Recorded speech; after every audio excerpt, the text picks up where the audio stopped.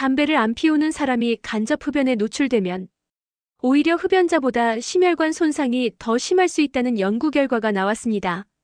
이건 핀란드 헬싱키대에서 나온 최신 연구인데 대체 무슨 일이냐 싶죠? 오늘 같이 자세히 파헤쳐보고 우리 건강 지키는 법까지 알아볼게요. 준비되셨으면 시작합니다.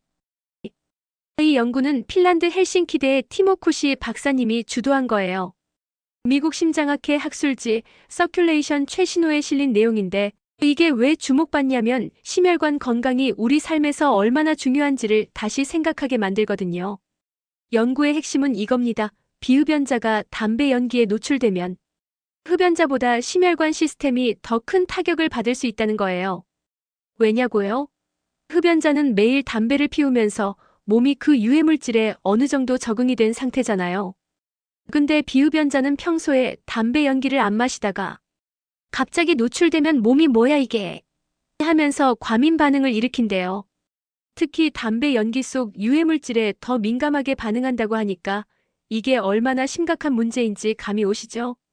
자, 그럼 구체적으로 어떤 일이 일어나는지 볼까요? 연구에서 밝힌 충격적인 사실 하나.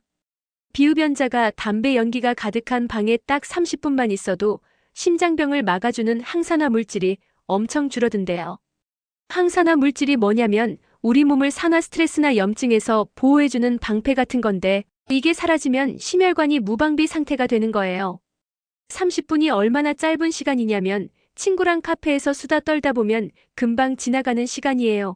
근데 그 짧은 순간에 이런 변화가 온다니 무섭지 않나요? 또 하나 콜레스테롤 대사에도 문제가 생긴다고 해요. 간접 흡연에 노출되면 짧은 시간이라도 콜레스테롤이 제대로 처리되지 않아서 동맥경화가 더 빨리 진행된대요. 동맥경화는 혈관이 딱딱해지고 좁아지는 건데 이게 심장병이나 뇌졸중 같은 큰 질병으로 이어질 수 있어요.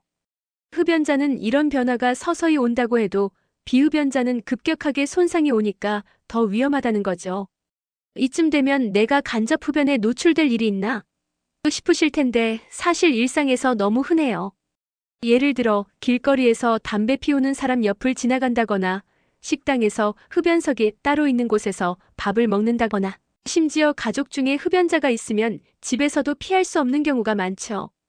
특히 요즘은 실내 흡연이 줄었다고 하지만 아직도 테라스나 흡연구역 근처에서 담배 연기를 마실 때가 많잖아요. 연구를 보면 이런 짧은 노출도 무시할 수 없다는 거예요. 그러니까 조금 맡아도 괜찮겠지라는 생각은 이제 버려야 할 때가 온 것 같아요. 여러분 주변에서도 이런 경험이 있다면 댓글로 공유해주세요.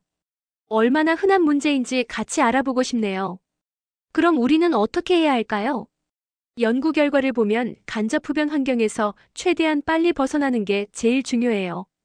예를 들어 담배 피우는 친구나 가족이 있다면 솔직하게 얘기해보는 거예요. 나 건강 때문에 걱정돼서 그러는데 밖에서 피워줄 수 있어? 라고요. 좀 어색할 수 있지만 내 심장이 더 소중하니까요.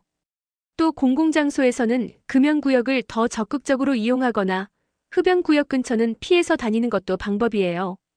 그리고 사회적으로도 금연 정책이 더 강화되면 좋을 것 같아요.